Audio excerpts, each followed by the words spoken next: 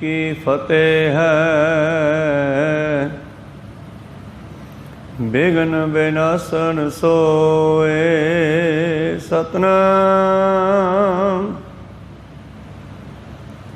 श्री वाहिगुरु साहिब जीओ।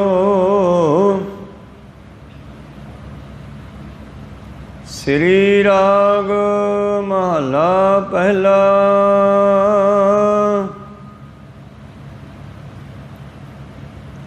लब कुत्ता कूड़ चूड़ा, ठग खाधा मुरदार।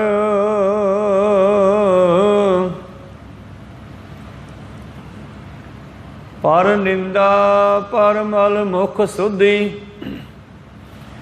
अगन क्रोध चंडाल। लब कुत्ता कूड़ चूड़ा, ठग खाधा मुरदार। पर निंदा पर मल मुख सुधी, अगन क्रोध चंडाल। रस कासे आप सलाहना, ए कर्म मेरे करतार। बाबा बोलिए पत होए, ऊतम से दर ऊतम कहिए।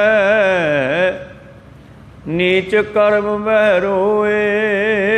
बाबा बोलिए पत होए, ऊतम से दर ऊतम कहिए। नीच कर्म वह रोए रहा। वाहिगुरु जी का खालसा,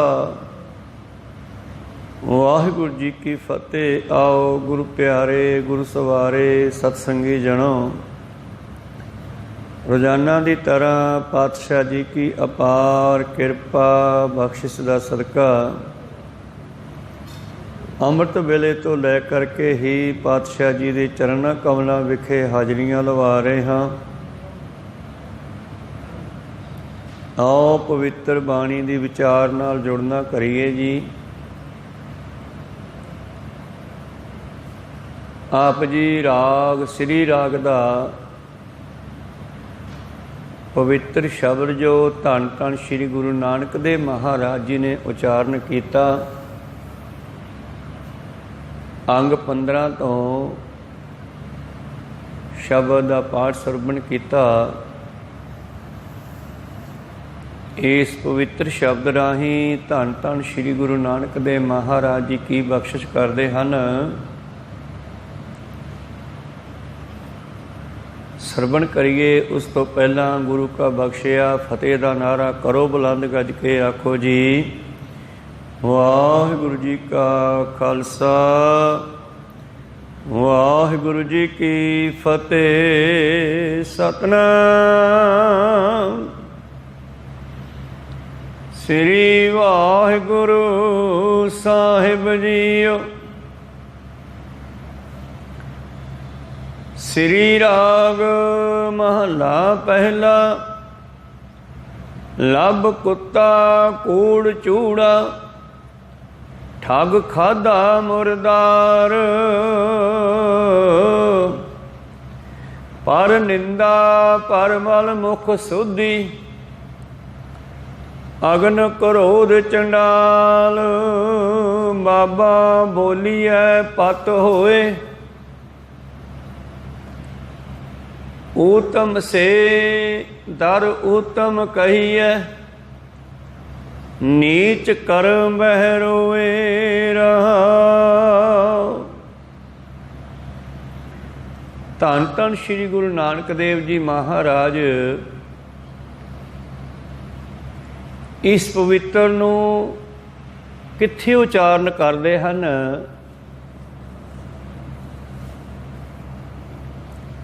जदों सतगुरु उदासियां दौरान हरद्वार गंगा पहुँचे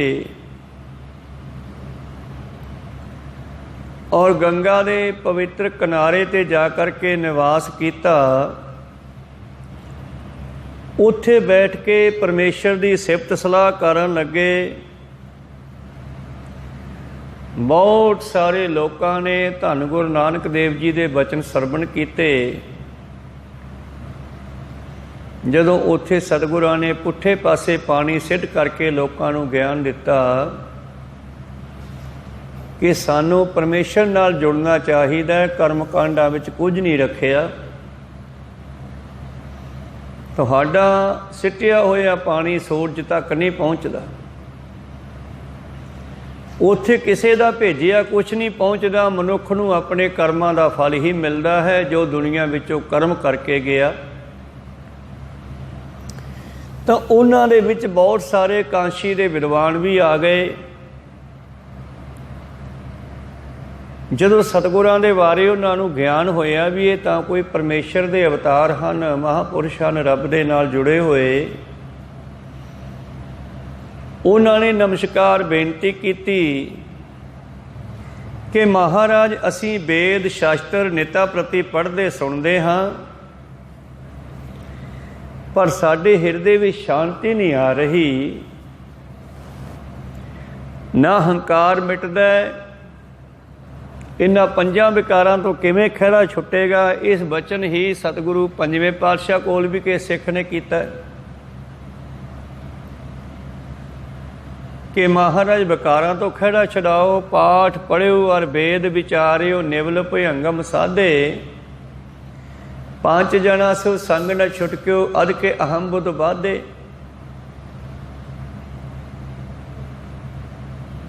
ਤਾਂ ਉਹਨਾਂ ਵਿਦਵਾਨਾਂ ਨੇ ਜਿਸ ਵੇਲੇ ਧੰਨ ਧੰਨ ਸ੍ਰੀ ਗੁਰੂ ਨਾਨਕ ਦੇਵ ਮਹਾਰਾਜ ਜੀ ਨੂੰ ਬੇਨਤੀ ਕੀਤੀ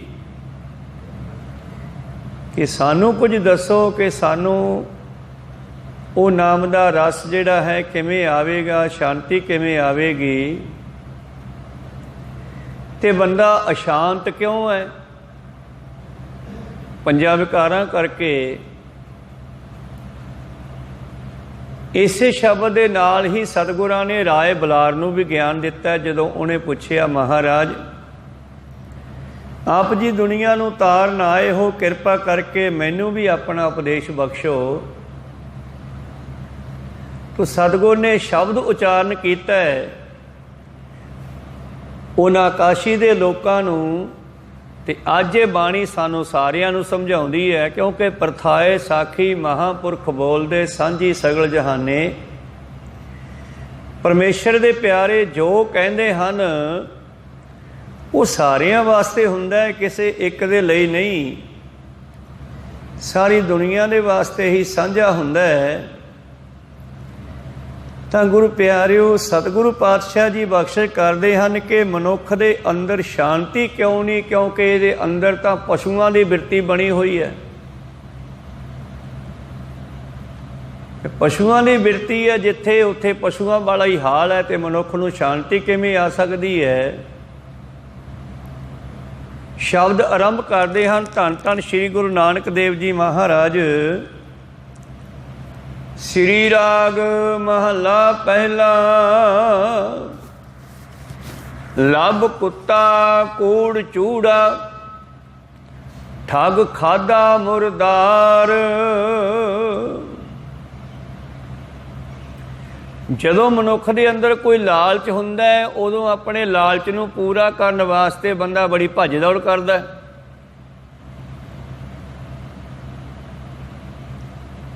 ਤੇ ਪਾਤਸ਼ਾਹ ਜੀ ਨੇ ਲਾਲਚ ਨੂੰ ਜਾਂ ਲਾਲਚੀ ਮਨੁੱਖ ਨੂੰ ਕੁੱਤੇ ਦੀ ਬਰਾਬਰੀ, ਕੁੱਤੇ ਦੀ ਡੈਫੀਨੇਸ਼ਨ ਦੇ ਕੇ ਉਚਾਰਨ ਕੀਤਾ ਹੈ ਕਿ ਮਨੁੱਖ ਦੇ ਅੰਦਰ ਇੱਕ ਤਾਂ ਕੁੱਤਾ ਵੜਿਆ ਹੋਇਆ,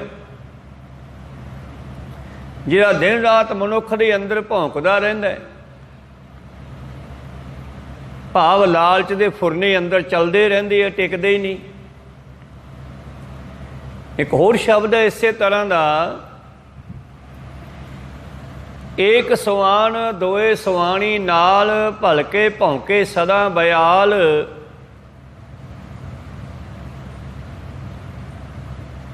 ਹਰ ਮਨੁੱਖ ਦੇ ਅੰਦਰ ਇੱਕ ਕੁੱਤਾ ਤੇ ਦੋ ਕੁੱਤੀਆਂ ਤੁਰੀਆਂ ਫਿਰਦੀਆਂ। ਲਾਲਚ ਦਾ ਕੁੱਤਾ ਤੇ ਆਸ਼ਾ ਤ੍ਰਿਸ਼ਨਾ ਦੀਆਂ ਕੁੱਤੀਆਂ ਹਰੇਕ ਮਨੁੱਖ ਦੇ ਅੰਦਰ ਵੜੀਆਂ ਹੋਈਆਂ। ਕਹੋ ਸਤਨਾਮ ਸ੍ਰੀ। ਇਹ ਵੀ ਬੜਾ ਅਨੋਖਾ ਸ਼ਬਦ ਹੈ ਪਾਤਸ਼ਾਹ ਜੀ ਨੇ ਉਚਾਰਿਆ। ਜਦੋਂ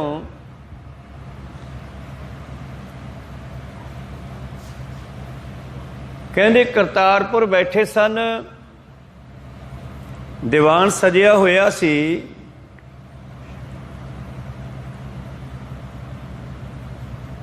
ਤੇ ਅਚਾਨਚਕ ਬੈਠੇ ਬੈਠੇ ਉੱਠ ਕੇ ਤੁਰ ਪਏ। ਤੁਰਨ ਤੋਂ ਪਹਿਲਾਂ ਉਹਨਾਂ ਨੇ ਕੀ ਕੀਤਾ, ਇੱਕ ਰੱਸਾ ਜਿਹਾ ਸਿਰ ਤੇ ਬੰਨ੍ਹ ਲਿਆ, ਇੱਕ ਰੱਸਾ ਲੱਕ ਤੇ ਬੰਨ੍ਹ ਲਿਆ।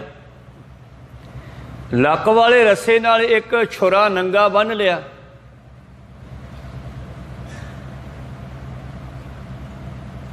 ਤੇ ਕੱਪੜਿਆਂ ਤੇ ਲੱਸੀ ਦੇ ਛਿੱਟੇ ਜੇ ਮਾਰ ਲਏ। ਤੇ ਕਰਤਾਰਪੁਰ ਗੁਰੂ ਘਰ 'ਚ ਕੁੱਤੇ ਵੀ ਰਹਿੰਦੇ ਆ, ਉਹਨਾਂ ਨੂੰ ਪੁਚਕਾਰ ਲਿਆ ਤੇ ਤੁਰ ਪਏ। ਲੋਕ ਕਹਿੰਦੇ ਵੀ ਬਾਬੇ ਨੂੰ ਕੀ ਹੋ ਗਿਆ, ਗੁਰੂ ਨਾਨਕ ਨੂੰ ਅੱਜ ਕੀ ਹੋ ਗਿਆ, ਇਹਨਾਂ ਨੇ ਛੁਰਾ ਕਿਵੇਂ ਚੱਕ ਲਿਆ, ਕੁੱਤਿਆਂ ਨੂੰ ਸੱਦ ਲਿਆ, ਆਹ ਕੀ ਸ਼ਿਕਾਰੀਆਂ ਵਾਲਾ ਭੇਸ ਧਾਰ ਲਿਆ ਇਹਨਾਂ ਨੇ ਅੱਜ।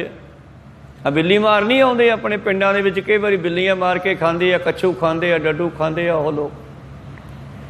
ਇਹੋ ਜਿਹਾ ਰੂਪ ਧਾਰ ਲਿਆ ਪਾਤਸ਼ਾਹ ਜੀ ਨੇ। ਇਹਨੂੰ ਕਹਿੰਦੇ ਆ ਧਾਨਕ।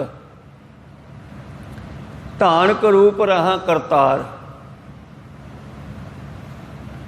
ਏਕ ਸਵਾਨ ਦੋਏ ਸਵਾਣੀ ਨਾਲ, ਭਲਕੇ ਭੌਂਕੈ ਸਰਾਂ ਬਿਆਲ, ਕੂੜ ਛੁਰਾ ਮੁੱਠਾ ਮੁਰਦਾਰ। ਧਾਨਕ ਰੂਪ ਰਹਾ ਕਰਤਾਰ। ਤੇ ਸਿੱਖਾਂ ਨੇ ਪੁੱਛਿਆ ਜੀ ਇਹ ਕੀ ਕੀਤਾ? ਬਾਬਾ ਜੀ ਕਹਿੰਦੇ ਅਸਲ ਵਿੱਚ ਮੈਂ ਤੁਹਾਨੂੰ ਅੱਜ ਦੇ ਮਨੁੱਖ ਦੀ ਇਹ ਤਸਵੀਰ ਵਿਖਾਈ ਆ ਵੀ ਮਨੁੱਖ ਇੱਦਾਂ ਦਾ ਹੈ।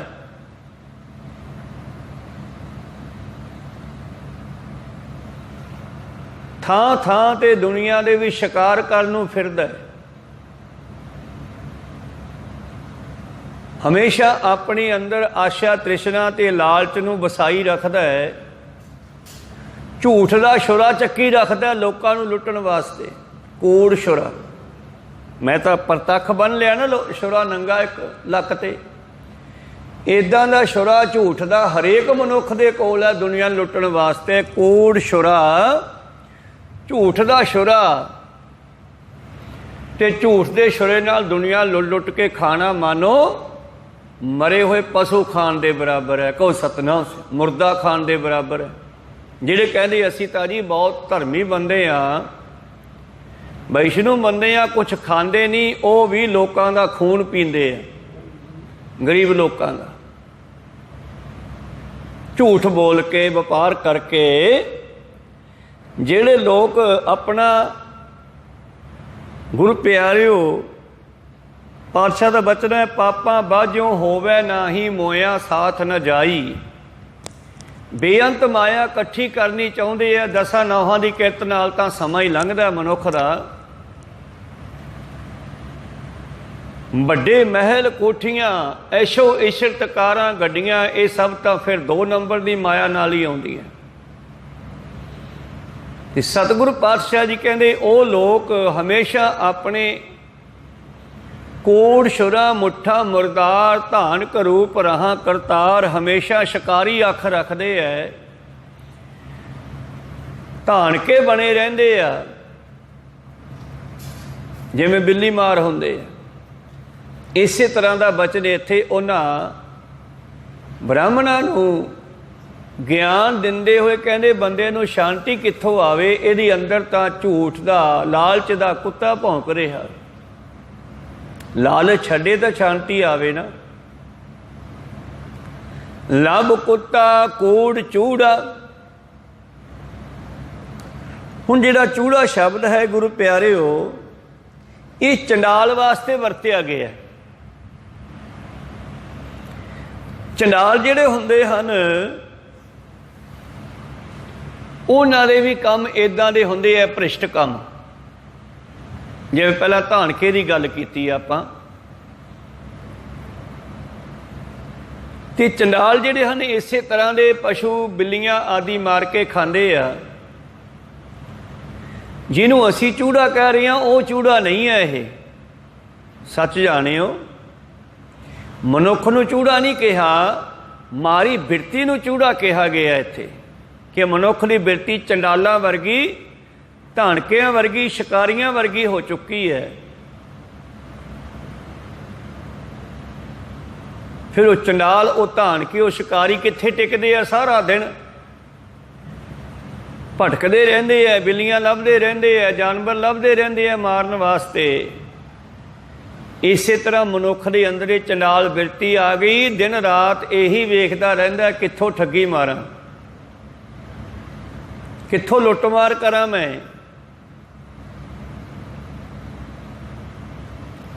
ਇਸ ਕਰਕੇ ਗੁਰੂ ਪਿਆਰਿਓ, ਠੱਗ ਖਾਧਾ ਮੁਰਦਾਰ ਤੇ ਠੱਗੀਆਂ ਮਾਰਦਾ ਮਨੁੱਖ ਤੇ ਮੁਰਦੇ ਖਾਂਦਾ ਹੈ। ਹੁਣ ਉਹ ਲੋਕ ਜਿਹੜੇ ਸਾਡੇ ਘਰਾਂ ਵਿੱਚ ਸਫਾਈ ਕਰਦੇ ਹਨ, ਸਾਡਾ ਕੂੜਾ ਕਰਕਟ ਚੱਕ ਕੇ ਬਾਹਰ ਸਿੱਟ ਕੇ ਆਉਂਦੇ ਹੈ।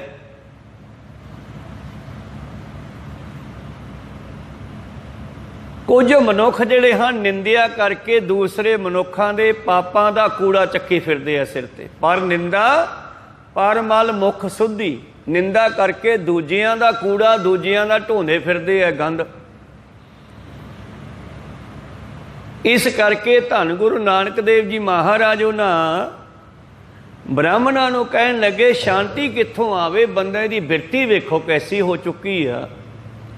ਜੇ ਸੁਰਤੀ ਬਿਰਤੀ ਟਿਕੇ ਤਾਂ ਫੇਰ ਹੀ ਗੱਲ ਬਣੇ ਨਾ, ਫੇਰ ਹੀ ਸ਼ਾਂਤੀ ਆਵੇ। ਤੁਮ ਘਰ ਬੈਸੋ ਹਰ ਜਨ ਪਿਆਰੇ, ਸਤਿਗੁਰ ਤੁਮਰੇ ਕਾਸ ਵਾਰੇ।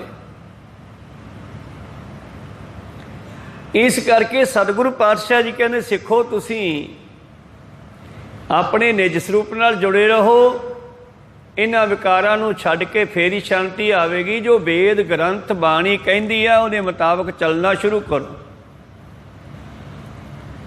ਗੁਰੂ ਗ੍ਰੰਥ ਸਾਹਿਬ ਜੀ ਦੀ ਬਾਣੀ ਸਾਨੂੰ ਗਾਈਡ ਕਰਦੀ ਹੈ। ਜੇ ਮਨੁੱਖ ਦਾ, ਸੁਣਨ ਵਾਲੇ ਦਾ, ਜਿਹਨੂੰ ਅਸੀਂ ਸਿੱਖ ਕਹਿ ਦਿਓ, ਜੋ ਗੁਰੂ ਦੀ ਸਿੱਖਿਆ ਨੂੰ ਸੁਣਦਾ ਉਹ ਸਿੱਖ ਹੀ ਆ। ਜੇ ਅੰਮ੍ਰਿਤ ਛਕਿਆ ਚਾਹੇ ਨਹੀਂ ਛਕਿਆ, ਸਿੱਖ ਸ਼ੁਰੂਆਤ ਦੀ ਅਵਸਥਾ ਹੈ ਸ਼ਿਸ਼ ਵਿਦਿਆਰਥੀ। ਜਿਹੜਾ ਇਹ ਸਿੱਖਿਆ ਨੂੰ ਸੁਣਦਾ, ਜੇ ਇਸ ਦੇ ਮੁਤਾਬਕ ਚੱਲਦਾ ਨਹੀਂ ਤੇ ਫਿਰ ਉਹ ਸਿੱਖ ਕਾਹਦਾ ਹੋਇਆ? ਫਿਰ ਸੁਣਨ ਦਾ ਕੀ ਫਾਇਦਾ? ਵਿਦਿਆ ਨੂੰ ਪੜ੍ਹਨ ਵਾਲਾ, ਸੁਣਨ ਵਾਲਾ ਵਿਦਿਆਰਥੀ, ਸਿੱਖਿਆ ਨੂੰ ਸੁਣਨ ਵਾਲਾ ਸਿੱਖ। ਤੇ ਅੰਮ੍ਰਿਤ ਛਕਣ ਤੋਂ ਬਾਅਦ ਤਾਂ ਫਿਰ ਸਿੰਘ ਬਣਦਾ, ਇਹ ਯੋਧਾ ਸਿਪਾਹੀ ਸੰਤ ਬਣਦਾ ਹੈ। ਪਰ ਉਦੋਂ ਪਹਿਲਾਂ ਇਹ ਸਿੱਖ ਹੈ, ਵਿਦਿਆਰਥੀ ਹੈ। ਜਿੰਨਾ ਚਿਰ ਪੜ੍ਹਦਾ ਕਾਲਜ 'ਚ ਵਿਦਿਆਰਥੀ ਹੈ, ਫਿਰ ਜੇ ਨੌਕਰੀਆਂ 'ਤੇ ਲੱਗ ਜਾਂਦਾ, ਫਿਰ ਕੋਈ ਜੱਜ ਬਣਦਾ, ਕੋਈ ਮਾਸਟਰ ਬਣਦਾ, ਕੋਈ ਡਾਕਟਰ ਬਣਦਾ, ਫਿਰ ਗਾਂਹ ਬਣਦੇ ਆ। ਤਾਂ ਸਿੱਖ ਅਸੀਂ ਪਹਿਲਾਂ ਸਾਰੇ ਹੀ ਆ। ਸਿੰਘ ਜਦੋਂ ਗੁਰੂ ਵਾਲੇ ਬਣਦੇ ਆ, ਅੰਮ੍ਰਿਤ ਛਕ ਕੇ ਫਿਰ ਬਣਦੇ ਆ। ਖੈਰ, ਆਪਾਂ ਗੱਲ ਕਰਦੇ ਹਾਂ ਸਿੱਖ ਦੀ। ਕਹਿੰਦੇ ਜੇ ਤੂੰ ਸਿੱਖ ਹੈ ਤਾਂ ਫਿਰ ਦੁਨੀਆ ਦੀ ਨਿੰਦਿਆ ਕਿਉਂ ਕਰਦਾ? ਪਰ ਨਿੰਦਾ ਪਰ ਮਲ ਮੁਖ ਸੁਧੀ। ਪਰਾਈ ਨਿੰਦਿਆ ਕਰਨੀ, ਪਰਾਏ ਕੂੜੇ ਨੂੰ ਮੂੰਹ ਤੇ ਲਾਉਣਾ, ਸਿਰ ਤੇ ਚੱਕਣਾ ਹੈ ਪਰਾਈ ਮੈਲ ਨੂੰ। ਜਿਸ ਤਰ੍ਹਾਂ ਗੁਰੂ ਪਿਆਰਿਓ, ਅਜੈ ਸੋ ਰੋਵੈ ਭੀਖੇ ਅਖਾਏ, ਐਸੀ ਦਰਗਹਿ ਮਿਲੈ ਸਜਾਏ। ਜਿਸ ਅਜੈ ਰਾਜੇ ਨੇ ਇੱਕ ਸਾਧੂ ਦੀ ਬੇਅਦਬੀ ਕਰਦਿਆਂ, ਲੈਣ ਤਾਂ ਉਹ ਪ੍ਰਸ਼ਾਦਾ ਆਇਆ ਸੀ, ਉਹਦੀ ਝੋਲੀ ਵਿੱਚ ਲਿੱਦ ਪਾ ਦਿੱਤੀ ਤੇ ਮੁੜ ਕੇ ਉਹਦੀ ਲਿੱਦ ਵਧਣੀ ਸ਼ੁਰੂ ਹੋਈ। ਜਦ ਪਤਾ ਲੱਗਿਆ ਤੇ ਮਹਾਂਪੁਰਸ਼ਾਂ ਨੂੰ ਪੁੱਛਦਾ, ਜੀ ਕੀ ਬਣਿਆ? ਕਹਿੰਦੇ, ਭਾਈ ਤੇਰਾ ਕੀਤਾ ਕਰਮ ਹੈ, ਇਹ ਤੈਨੂੰ ਭੋਗਣਾ ਹੀ ਪੈਣਾ। ਹੁਣ ਤੂੰ ਖਾਣ ਵਾਸਤੇ ਮੈਨੂੰ ਦਿੱਤੀ ਆ, ਹੁਣ ਤੈਨੂੰ ਰੱਬ ਨੇ ਖਾਣ ਵਾਸਤੇ ਦਿੱਤੀ ਆ। 70 ਗੁਣਾ ਵੱਧ ਗਈ, ਢੇਰ ਲੱਗ ਗਿਆ ਲਿੱਦ ਦਾ। ਫਿਰ ਰਾਜਾ ਗਲਤੀ ਕਰਕੇ ਪਛਤਾਉਣ ਲੱਗਿਆ, ਕਹਿੰਦਾ ਜੀ ਮੈਂ ਬਚੂੰ ਕਿਵੇਂ? ਕਹਿੰਦੇ ਮੁਸ਼ਕਿਲ ਹੈ। ਕਹਿੰਦੇ ਫਿਰ ਵੀ ਕੋਈ ਜੁਗਤੀ। ਕਹਿੰਦੇ ਜੇ ਕੋਈ ਨਿੰਦਿਆ ਕਰੇ ਤਾਂ ਤੇਰਾ ਹਿੱਸਾ ਉਹ ਵੰਡਾ ਸਕਦਾ। ਫਿਰ ਰਾਜੇ ਨੇ ਕਿਸੇ ਢੰਗ ਨਾਲ ਆਪਣੀ ਨਿੰਦਿਆ ਕਰਾਈ ਤੇ ਲੋਕਾਂ ਨੇ ਬਿਨਾਂ ਸੋਚੇ ਸਮਝੇ ਕਹਿਣਾ ਸ਼ੁਰੂ ਕਰ ਦਿੱਤਾ, ਬਈ ਰਾਜੇ ਨੂੰ ਕੀ ਹੋ ਗਿਆ? ਰਾਜਾ ਕਮਲਾ ਹੋ ਗਿਆ, ਰਾਜਾ ਸ਼ਰਾਬ ਦੀ ਬੋਤਲ ਫੜ ਕੇ ਹੱਥ 'ਚ ਗਲੀਆਂ 'ਚ ਡਿੱਗਦਾ ਫਿਰਦਾ, ਇਹ ਰਾਜੇ ਨੂੰ ਕੀ ਹੋ ਗਿਆ? ਸਾਰਾ ਦਿਨ ਉਹ ਗਲੀਆਂ ਵਿੱਚ ਜਾਣ ਬੁੱਝ ਕੇ ਇੱਦਾਂ ਫਿਰਦਾ ਰਿਹਾ। ਅੰਦਰੋਂ ਠੀਕ ਸੀਗਾ, ਰੰਗ ਵਾਲੇ ਪਾਣੀ ਦੀ ਬੋਤਲ ਸੀ, ਪਰ ਵੇਖਣ ਵਾਲਿਆਂ ਨੇ ਉਹਨੂੰ ਸ਼ਰਾਬ ਸਮਝ ਕੇ ਨਿੰਦਿਆ ਕਰਨੀ ਸ਼ੁਰੂ ਕਰ ਦਿੱਤੀ ਉਸ ਦੀ। ਦੂਜੇ ਤੀਜੇ ਦਿਨ ਫਿਰ ਜਾ ਕੇ ਵੇਖਦਾ ਤੇ ਉਹ ਲਿੱਦ ਘਟੀ ਪਈ ਹੈ, ਪਰ ਜਿੰਨੀ ਕੁ ਉਸ ਨੇ ਦਿੱਤੀ ਸੀ ਓਨੀ ਕੁ ਪਈ ਆ ਮੂਲ। ਮਹਾਂਪੁਰਸ਼ ਕਹਿਣ ਲੱਗੇ ਬਈ ਇਹ ਤਾਂ ਨਹੀਂ ਘਟਦੀ, ਇਹ ਤਾਂ ਉਹ ਆ ਜਿਹੜਾ ਤੂੰ ਦਿੱਤਾ ਸੀ, ਬੀਜਿਆ ਸੀ, ਇਹ ਤਾਂ ਬੀਜ ਆ, ਜਿਹੜਾ ਵਧਿਆ ਸੀ ਉਹ ਲੋਕਾਂ ਨੇ ਵੰਡ ਲਿਆ ਨਿੰਦਿਆ ਕਰਕੇ, ਇਹ ਤੈਨੂੰ ਖਾਣਾ ਪੈਣਾ। ਤੋ ਇਸ ਤਰ੍ਹਾਂ ਉਹ ਮੂਰਖ ਲੋਕ ਜਿਨ੍ਹਾਂ ਨੇ ਇਸ ਦੇ ਕੀਤੇ ਪਾਪ ਦਾ ਫਲ ਚੱਕਿਆ ਨਿੰਦਿਆ ਕਰ ਕਰਕੇ, ਉਹਨਾਂ ਨੇ ਵੀ ਭੋਗਿਆ ਤੇ ਇਸ ਨੇ ਵੀ ਭੋਗਿਆ। ਫਿਰ ਅਜੈ ਸਰੋਵੈ ਭੀਖਿਆ ਖਾਏ। ਉਹ ਕਹਿਣ ਲੱਗਿਆ ਜੀ ਹੁਣ ਇਹ ਕਿਵੇਂ ਖਤਮ ਹੋਊ? ਕਹਿੰਦੇ ਤਾਂ ਖਤਮ ਹੋਊ ਜੇ ਕੋਈ ਬ੍ਰਹਮ ਗਿਆਨੀ ਨਿੰਦਿਆ ਕਰੇ, ਪਰ ਬ੍ਰਹਮ ਗਿਆਨੀ ਕਰਦੇ ਨਹੀਂ, ਇਸ ਕਰਕੇ ਤੈਨੂੰ ਖਾਣੀ ਪੈਣੀ ਹੈ। ਨਹੀਂ ਖਾਏਗਾ ਤਾਂ ਫਿਰ ਗੋਹੇ ਦਾ ਕੀੜਾ ਬਣੇਗਾ। ਫਿਰ ਕੀ ਕਰਾਂ? ਕਹਿੰਦੇ ਇਹਦੀ ਸਵਾਹ ਬਣਾ ਕੇ ਥੋੜ੍ਹੀ ਥੋੜ੍ਹੀ ਨੂਣ ਵਾਂਗੂ ਰੋਟੀਆਂ ਤੇ ਲਾ ਕੇ ਰੋਜ਼ ਭੁੱਖ ਕੇ ਖਾ ਲਿਆ ਕਰ।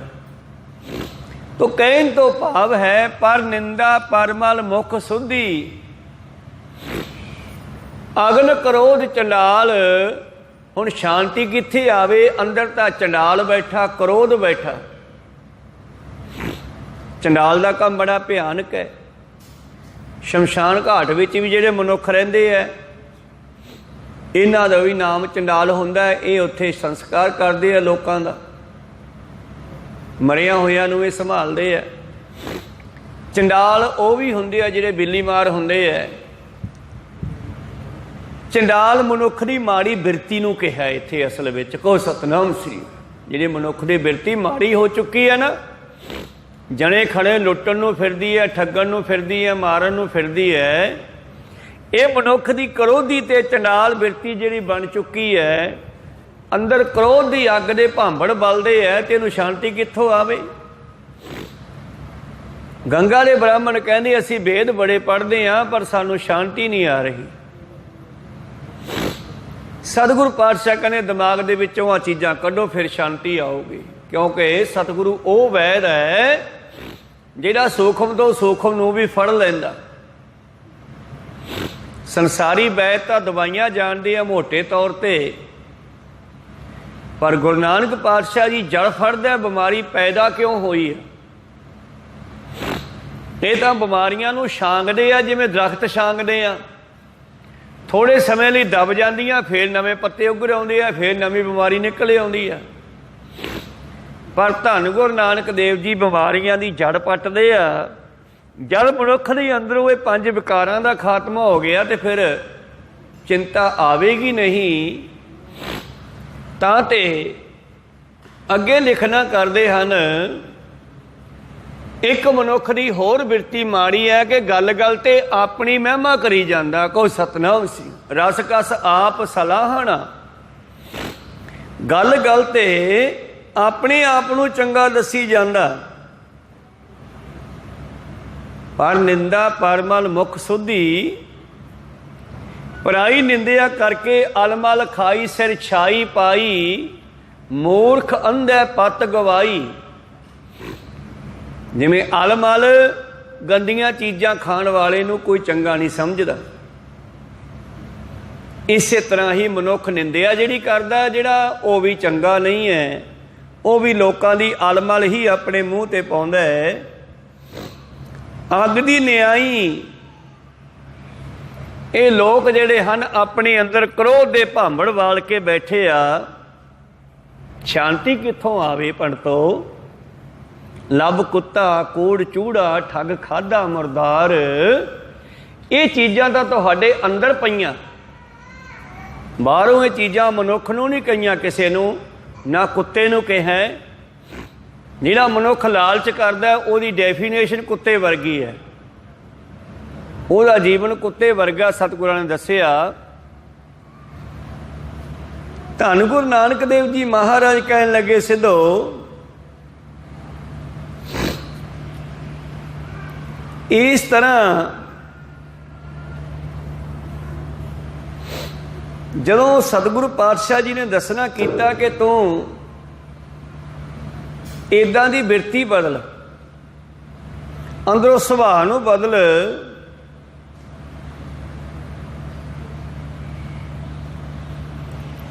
ਤਾਂ ਉਸ ਵੇਲੇ ਗੁਰੂ ਪਿਆਰਿਓ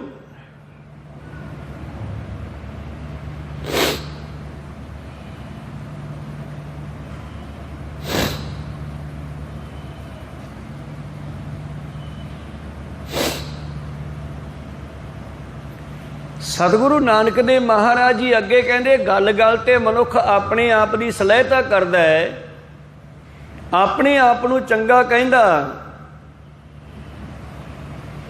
ਆਪਣੇ ਆਪ ਨੂੰ ਚੰਗਾ ਕਹਿੰਦਾ, ਇਹ ਆਪਣੇ ਆਪ ਦੀ ਸਲਹਿਤਾ ਕਰਦਾ। ਰਸ ਕਸ ਆਪ ਸਲਾਹਣਾ, ਇਹ ਕਰਮ ਮੇਰੇ ਕਰਤਾਰ।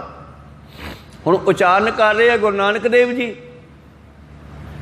ਜਦੋਂ ਮੇਰਾ ਸ਼ਬਦ ਵਰਤਣਗੇ ਤੇ ਆਪਦੇ ਕੰਨੀ ਇਸ਼ਾਰਾ ਕਰਨਗੇ, ਪਰ ਅਸਲ ਵਿੱਚ ਲੋਕਾਂ ਨੂੰ ਸਮਝਾਉਣ ਦੇ ਕਈ ਢੰਗ ਹੁੰਦੇ ਆ। ਕਿਸੇ ਨੂੰ ਸਿੱਧਾ ਕਹਿ ਦੇਣਾ ਤੂੰ ਇੱਦਾਂ ਦਾ, ਉੱਥੇ ਲੜਾਈ ਪੈਦਾ ਹੋਣ ਦਾ ਖਤਰਾ ਬੜਾ ਵੱਡਾ ਹੁੰਦਾ। ਕਿਸੇ ਨੂੰ ਸਿੱਧਾ ਹੀ ਚੋਟ ਕਰ ਦੇਣੀ। ਇੱਕ ਕਿਸੇ ਗਵਾਂਢੀ ਦੀ ਆਪਣੇ ਬੱਚੇ ਨੂੰ ਸਮਝਾਉਣ ਵਾਸਤੇ ਕਿਸੇ ਸਿਆਣੇ ਪਰਿਵਾਰ ਦੇ ਬੱਚੇ ਦੀ ਉਦਾਹਰਨ ਦੇ ਦੇਣੀ, ਇਹ ਚੰਗੀ ਚੀਜ਼ ਹੈ। ਕਿਸੇ ਦੂਜੇ ਦੀ ਉਦਾਹਰਨ ਦੇ ਕੇ ਸਮਝਾਉਣਾ, ਇਹ ਵੀ ਇੱਕ ਢੰਗ ਹੈ। ਤੇ ਤੀਜਾ ਢੰਗ ਹੈ ਆਪਦੇ ਉੱਤੇ ਲਾ ਕੇ ਸਮਝਾਉਣਾ। ਹੈ ਤਾਂ ਮਾੜੇ ਕਰਮ ਦੁਨੀਆ ਦੇ, ਪਰ ਬਾਬਾ ਜੀ ਕਹਿੰਦੇ ਇਹ ਕਰਮ ਮੇਰੇ ਕਰਤਾਰ ਮਾਲਕਾ, ਮੇਰੇ ਇਹੋ ਜਿਹੇ ਕੰਮ ਹਨ, ਮੈਂ ਗੱਲ ਗੱਲ ਤੇ ਆਪਣੇ ਆਪ ਦੀ ਸਲਹਿਤਾ ਕਰਦਾ, ਪਰਮੇਸ਼ਰ ਦੀ ਸਿਫਤ ਸਲਾਹ ਨਹੀਂ ਕਰਦਾ। ਮੈਂ ਗੱਲ ਗੱਲ ਤੇ ਆਪ ਦੀ ਸਿਫਤ ਸਲਾਹ ਹੀ ਕਰੀ ਜਾਂਦਾ ਕਿ ਮੈਂ ਬਹੁਤ ਚੰਗਾ, ਮੈਂ ਇਹ ਕਰਤਾ, ਮੈਂ ਉਹ ਕਰਤਾ, ਪਰ ਪਰਮੇਸ਼ਰ ਦੀ ਸਿਫਤ ਸਲਾਹ ਨਹੀਂ ਕਰਦਾ। ਇਹੋ ਜਿਹੇ ਕਰਮਾਂ ਵਿੱਚ ਜੀ ਫਸੇ ਹੋਏ ਹਨ, ਭਾਵ ਮੰਦ ਕਰਮਾਂ ਵਿੱਚ ਲੱਗੇ ਹੋਏ ਹਨ।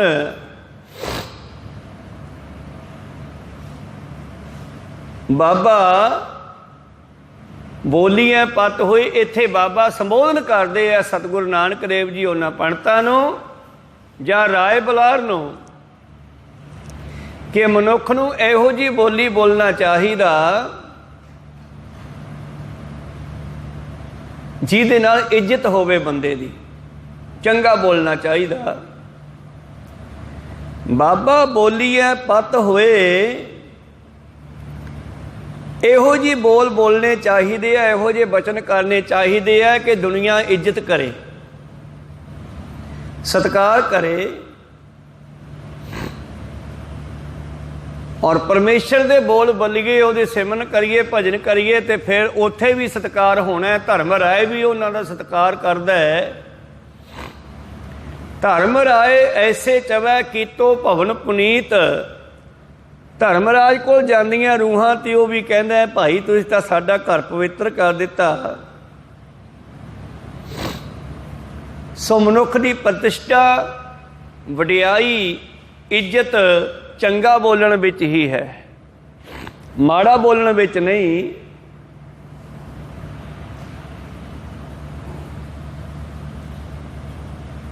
ਇਸ ਕਰਕੇ ਬਾਬਾ ਬੋਲੀਆਂ ਪੱਤ ਹੋਏ, ਉਹਨਾਂ ਪੰਡਤਾਂ ਨੂੰ ਸੰਬੋਧਨ ਕਰਦੇ ਹੋਏ ਧੰਨ ਗੁਰੂ ਨਾਨਕ ਦੇਵ ਜੀ ਇੱਥੇ ਬਾਬਾ ਸ਼ਬਦ ਉਚਾਰਦੇ ਹੈ। ਬਾਬਾ ਸ਼ਬਦ ਸਤਿਕਾਰਯੋਗ ਹੈ। ਕਹਿਣ ਲੱਗੇ, ਚੰਗੇ ਕੌਣ ਹਨ ਮਹਾਰਾਜ? ਜਿਨ੍ਹਾਂ ਦੇ ਅੰਦਰ ਸੰਤੋਖ, ਦਇਆ, ਧਰਮ, ਵਿਚਾਰ ਆਦਿ ਉੱਤਮ ਸ਼੍ਰੇਸ਼ਟ ਗੁਣ ਹਨ, ਉਹ ਚੰਗੇ ਹਨ ਭਾਈ। ਜਿਨ੍ਹਾਂ ਨੇ ਆਪਣੇ ਅੰਦਰੋਂ ਲਾਲਚ ਕੱਢ ਕੇ ਸੰਤੋਖ ਵਸਾ ਲਿਆ, ਝੂਠ ਕੱਢ ਕੇ ਸੱਚ ਵਸਾ ਲਿਆ, ਨਿੰਦਾ ਨੂੰ ਛੱਡ ਕੇ ਸਿਫਤ ਸਲਾਹ ਪਰਮੇਸ਼ਰ ਦੀ ਸ਼ੁਰੂ ਕਰ ਦਿੱਤੀ, ਚੰਡਾਲਪੁਣਾ ਛੱਡ ਕੇ ਜੀਵਾਂ ਤੇ ਦਇਆ ਕਰਨ ਲੱਗ ਪਿਆ, ਆਪਣੇ ਆਪ ਨੂੰ ਆਪ ਹੀ ਬਦਲਣਾ। ਜਦੋਂ ਮਨੁੱਖ ਦੇ ਅੰਦਰ ਐਸੇ ਚੰਗੇ ਗੁਣ ਆ ਜਾਂਦੇ ਹੈ ਤੇ ਉਹ ਪ੍ਰਭੂ ਦੇ ਦਰਬਾਰ ਵਿੱਚ ਇੱਜ਼ਤ ਪਾਉਂਦਾ ਹੈ। ਤੇ ਜਿਨ੍ਹਾਂ ਨੂੰ ਪਰਮੇਸ਼ਰ ਦੇ ਦਰ ਤੇ ਇੱਜ਼ਤ ਮਿਲਦੀ ਹੈ, ਅਸਲ ਵਿੱਚ ਉਹ ਹੀ ਸਹੀ ਇੱਜ਼ਤ ਦੇ ਲਾਇਕ ਆ, ਕਿਉਂਕਿ ਪਰਮੇਸ਼ਰ ਨੂੰ ਪਤਾ ਹੈ ਐ ਤਾਂ ਦੁਨੀਆ ਮਾੜਿਆਂ ਨੂੰ ਮਾੜੀ ਦੁਨੀਆ ਇੱਜ਼ਤ ਵੀ ਦਿੰਦੀ ਹੈ, ਮਾੜੇ ਮਾੜਿਆਂ ਨੂੰ ਦਿੰਦੇ ਹੈ, ਚੰਗੇ ਚੰਗਿਆਂ ਨੂੰ ਦਿੰਦੇ ਹੈ ਇੱਜ਼ਤ। ਪਰ ਦਰਗਾਹ ਦੇ ਵਿੱਚ ਕਿਹਨੂੰ ਇੱਜ਼ਤ ਮਿਲਦੀ ਆ ਵੇਖਣਾ ਤਾਂ ਇਹ ਹੈ। ਏਤ ਰਾਹੇ ਪਤ ਪਵੜੀਆਂ ਚੜੀਏ ਹੋਏ ਅਕੀਸ। ਇਹ ਇੱਜ਼ਤ ਦਾ ਰਸਤਾ ਪਰਮੇਸ਼ਰ ਦੇ ਘਰ ਵੱਲ ਜਾਂਦਾ ਹੈ। ਇਹ ਇੱਜ਼ਤ ਦੀਆਂ ਪੌੜੀਆਂ ਇਸ ਪੰਕਤੀ ਤੋਂ ਪਹਿਲਾਂ ਜੋ ਉਸ ਬਾਣੀ ਜਪਜੀ ਸਾਹਿਬ ਵਿੱਚ ਲਿਖੇ ਆ ਬਚਨ, ਉਹਨਾਂ ਬਚਨਾਂ ਦੀ ਗੱਲ ਕਰਦੇ ਹੋਏ ਕਹਿੰਦੇ ਏਤ ਰਾਹੇ ਪਤ ਪਵੜੀਆਂ। ਏਤ ਰਾਹੇ ਭਾਵ ਇਸ ਤਰ੍ਹਾਂ ਚੱਲਦੇ ਹੋਏ,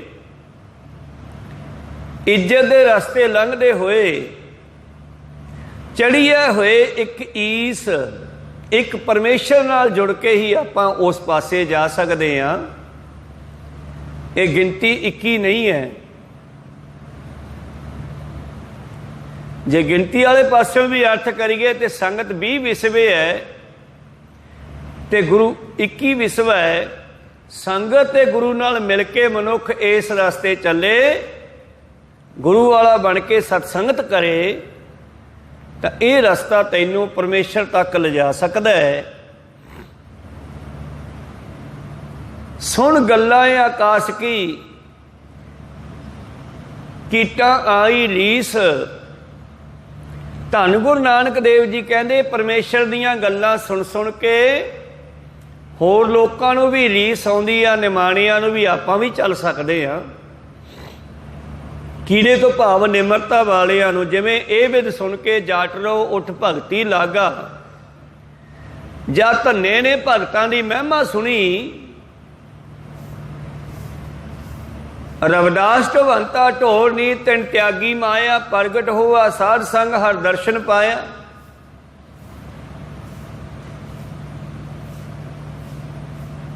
ਇਸੇ ਤਰ੍ਹਾਂ ਹੀ ਆੜ ਦਾਮ ਕੋ ਛੀਪਰੋ ਹੋਇਓ ਲਾਖੀਨਾ। ਤਾਨਾ ਬੋਨਾ ਤਿਆਗ ਕੈ ਪ੍ਰੀਤ ਚਰਨ ਕਬੀਰਾ।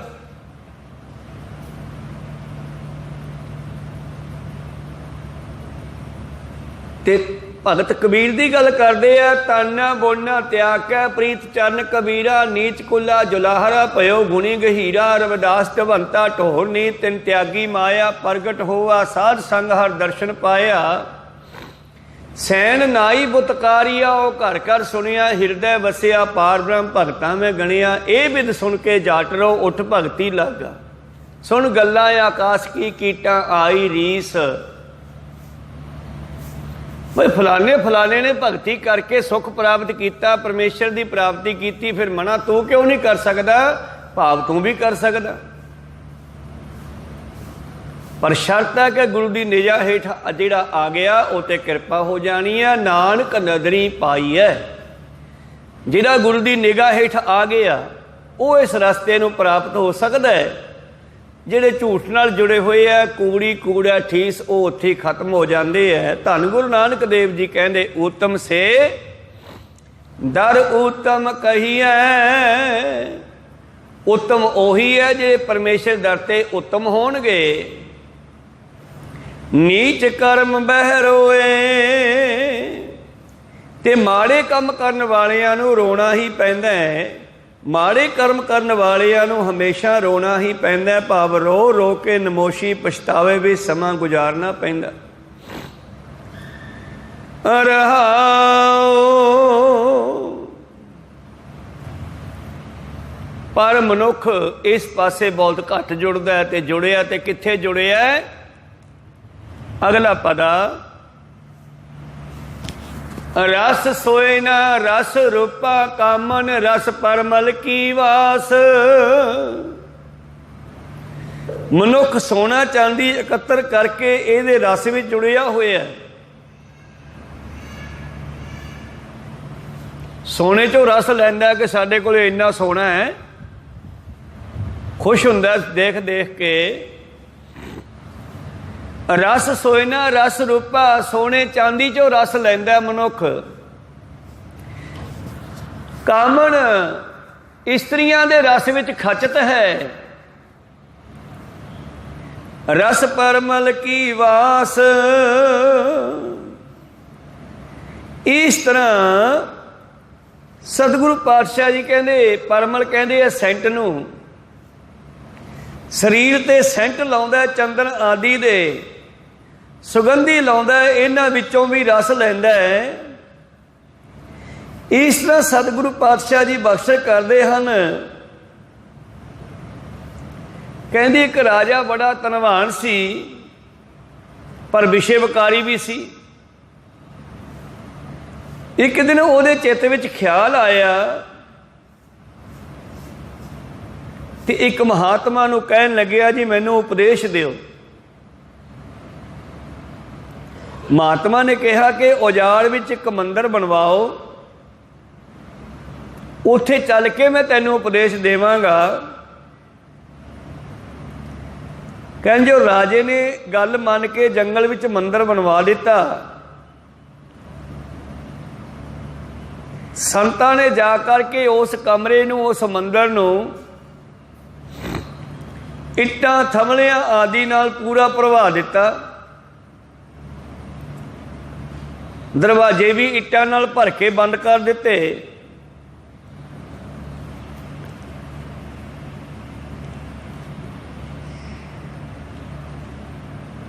राजा कहन लगा, जी हुण उपदेश दिओ।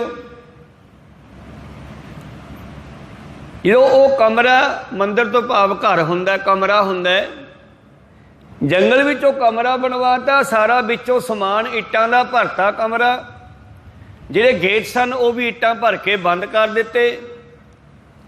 ते राजा नूं लै करके वह महात्मा उस मंदिर कोल, उस कमरे कोल लै चलिया गया। इतनी उत्तों मींह पैन लग पिया, गड़ियां दी वर्खा होण लगी ते वर्खा विच खड़िया ना जावे। संतां ने राजे नूं कहा भी कमरे च वड़ जा। राजा कहना कमरे च किवें वड़ा, विचों सारा भरिया पिया इट्टां दे नाल, किधर दी वड़ा। गेट भी बंद करवा दिते, अंदर किवें वड़िया जा सकदा है। संत कहन लगे, राजा साहब इसे तरह ही जिहड़ा तेरा मन है वो भी भरिया पिया विकारां दे नाल। शरीर दे विच कोई भी हिस्सा खाली नहीं है। मैं नाम दी दात कित्थे रखां, तैनूं उपदेश कित्थे रखां। जिवें कमरा इट्टां दे नाल डलियां नाल भरिया पिया, गेट भी बंद हो गए, अंदर खड़न नूं वड़न नूं थां नहीं है।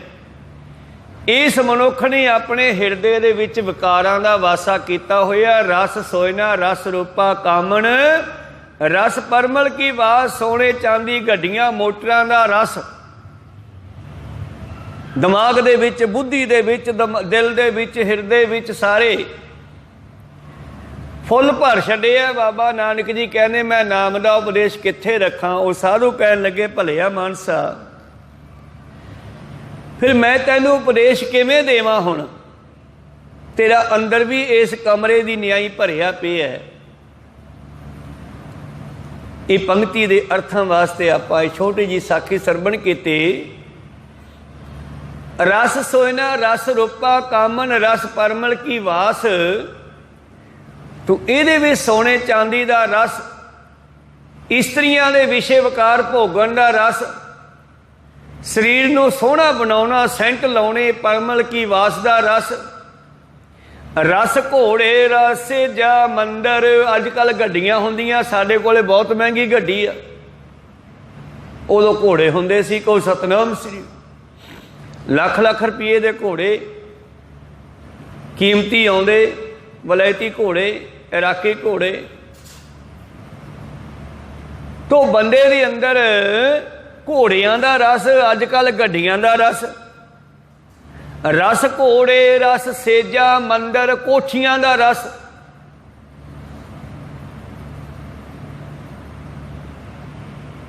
अज कल भी मनुख ने पैसा आ गया है।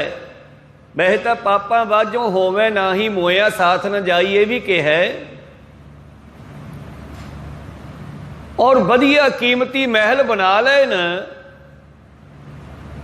ते दिमाग दे विच उस कोठी दा, उस महल दा रस प्यार भर गया है। दिमाग विच कोठी भी रख लई है। कोई सतनाम श्री। ਉਹਦਾ ਵੀ ਰਸ ਹੈ।